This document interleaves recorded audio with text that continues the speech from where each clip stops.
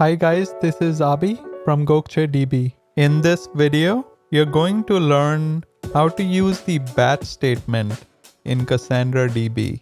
Let's start by looking at the contents of the property table. Now you use batch to execute multiple statements simultaneously, which also gives you atomicity. Here I'm starting the batch with begin batch keyword, followed by an insert into statement to insert a new row. Finally, I have an update statement which is updating an existing row followed by apply batch. Now let's execute this batch statement followed by running a select star from property query to confirm that our updates went through. There you have it. Make sure you like, subscribe, and turn on the notification bell. Until next time.